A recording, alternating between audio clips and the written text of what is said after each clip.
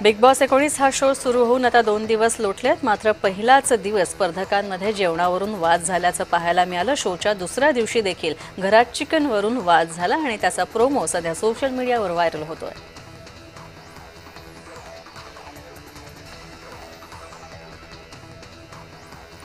अभंग तुकाराम हा चित्रपट येत्या 7 नोव्हेंबरला प्रेक्षकांच्या भेटीला येणार आहे. या चित्रपटामध्ये प्रसिद्ध अभिनेता योगेश सोमण तुकाराम महाराज यांची भूमिका साकारणार आहेत, तर त्यांची पत्नी आवडाच्या भूमिकेमध्ये अभिनेत्री स्मिता शेवाळे दिसतील.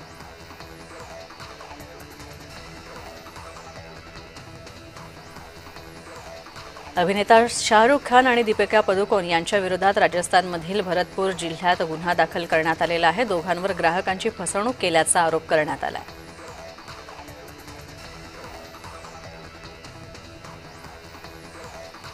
बॉक्स ऑफिसवर सध्या 3 मोठ्या चित्रपटांची चर्चा रंगलेली आहे. कूली, वॉर 2 आणि महाअवतार नरसिंहम या तिन्ही चित्रपटांना जोरदार स्पर्धा आहे आणि यातून सोमवारी झालेल्या कलेक्शनमध्ये कूली आणि वॉर 2 यांच्या कमाईला ब्रेक लागला आहे, तर महाअवतार नरसिंह यानं बाजी मारली आहे.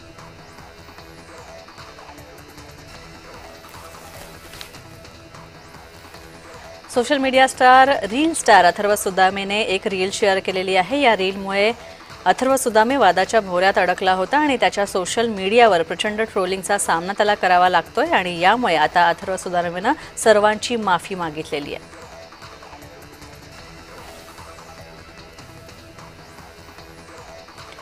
अभिनेता स्वप्नील जोशी सुद्धा दरवर्षीप्रमाणे यंदाही पर्यावरणपूरक गणेशोत्सव साजरा करतात आणि काही वर्षांपूर्वी स्वप्नील आणि त्यांच्या कुटुंबियांनी बाप्पाच्या दर्शनाच्या वेळी प्रसाद म्हणून गोड मिठाई न स्वीकारण्याचा निर्णय घेतलेला आहे. दरवर्षी विविध गरजेच्या वस्तू प्रसाद म्हणून स्वप्नील याच्या घरी स्वीकारल्या जातील, तर मिठाईऐवजी अर्धा किलो तांदूळ स्वीकारले जातील असं स्वप्नीलनं सांगितलंय.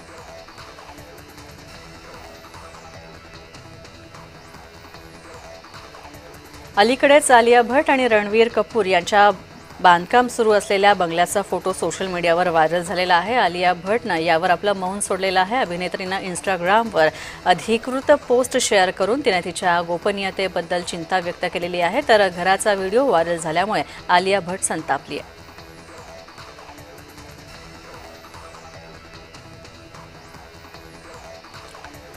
अमेरिकेतील लोकप्रिय स्टँड अप कॉमेडियन रेगिनाल्ड कोरॉल यांच्या मिसिसिपी इथं झालेल्या गोळीबारात मृत्यू झालेला आहे, तर पोलिसांनी दिलेल्या माहितीनुसार कॅरॉलला गोळी लागल्यानंतर त्याला मेफनिस इथं रुग्णालयात हलवण्यात आलं होतं. मात्र उपचारांदरम्यान त्याचा मृत्यू झाला.